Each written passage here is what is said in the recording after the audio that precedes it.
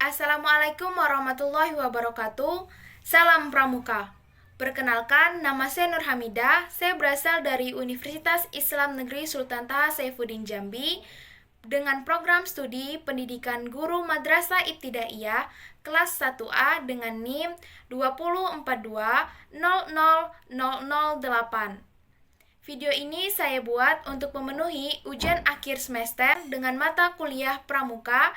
Dosen pengampuhnya yaitu Bapak Abdul Malik MPD. Video ini membahas mengenai P3K atau pertolongan pertama. Baiklah, saya akan menjelaskan mengenai P3K.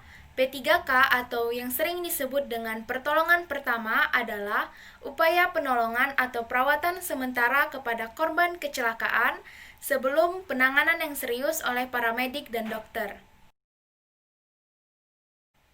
Tujuan dari P3K adalah yang pertama, mengurangi rasa takut dan rasa sakit pada si korban, yang kedua, mencegahnya infeksi, yang ketiga, mencegahnya cacat yang lebih parah, yang keempat, mencegahnya kematian. P3K juga bermanfaat bagi kehidupan sehari-hari. Yang pertama yaitu menyediakan dan melahirkan orang-orang dengan kemampuan memberikan bantuan medis pada keadaan darurat.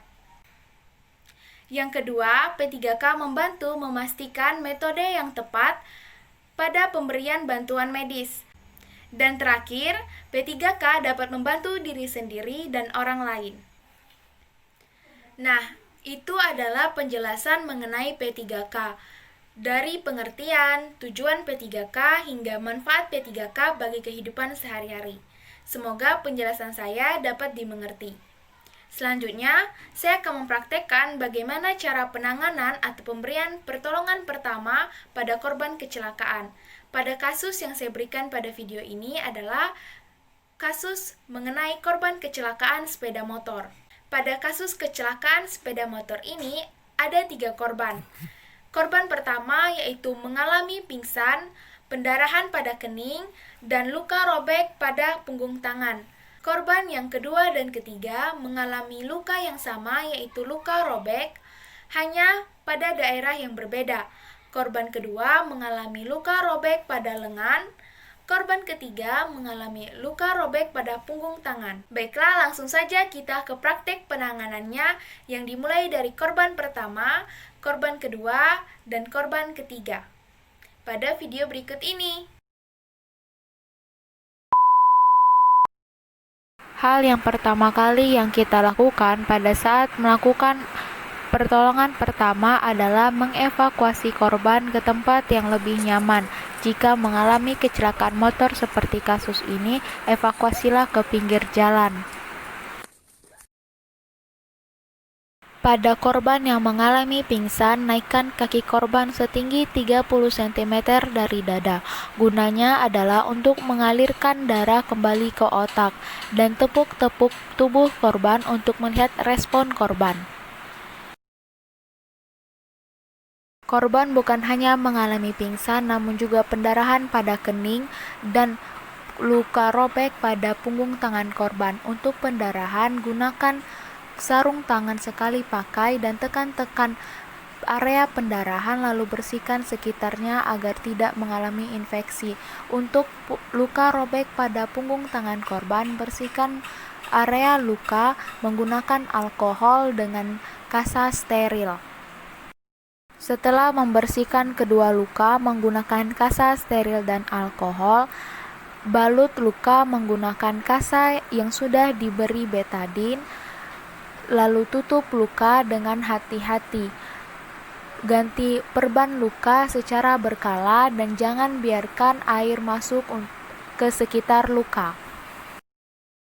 Pada korban kedua dan ketiga mengalami luka robek, maka yang dilakukan adalah apabila luka mengeluarkan darah, hentikan pendarahan menggunakan kasa steril dengan menekan pada area luka.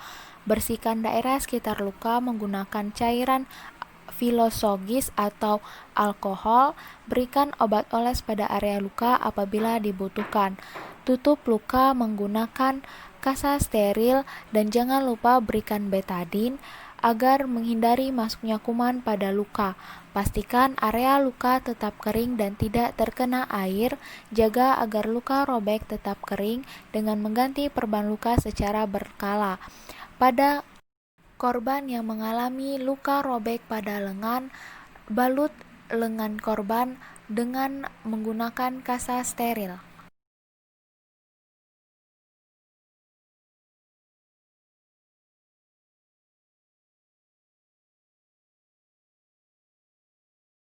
Itulah video mengenai bagaimana cara kita menangani korban kecelakaan jika terjadi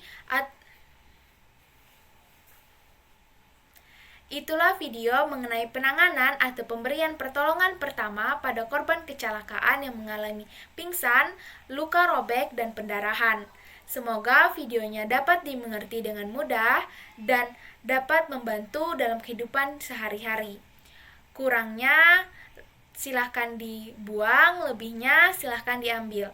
Saya akhiri, wabillahi taufiq wal hidayah. Wassalamualaikum warahmatullahi wabarakatuh.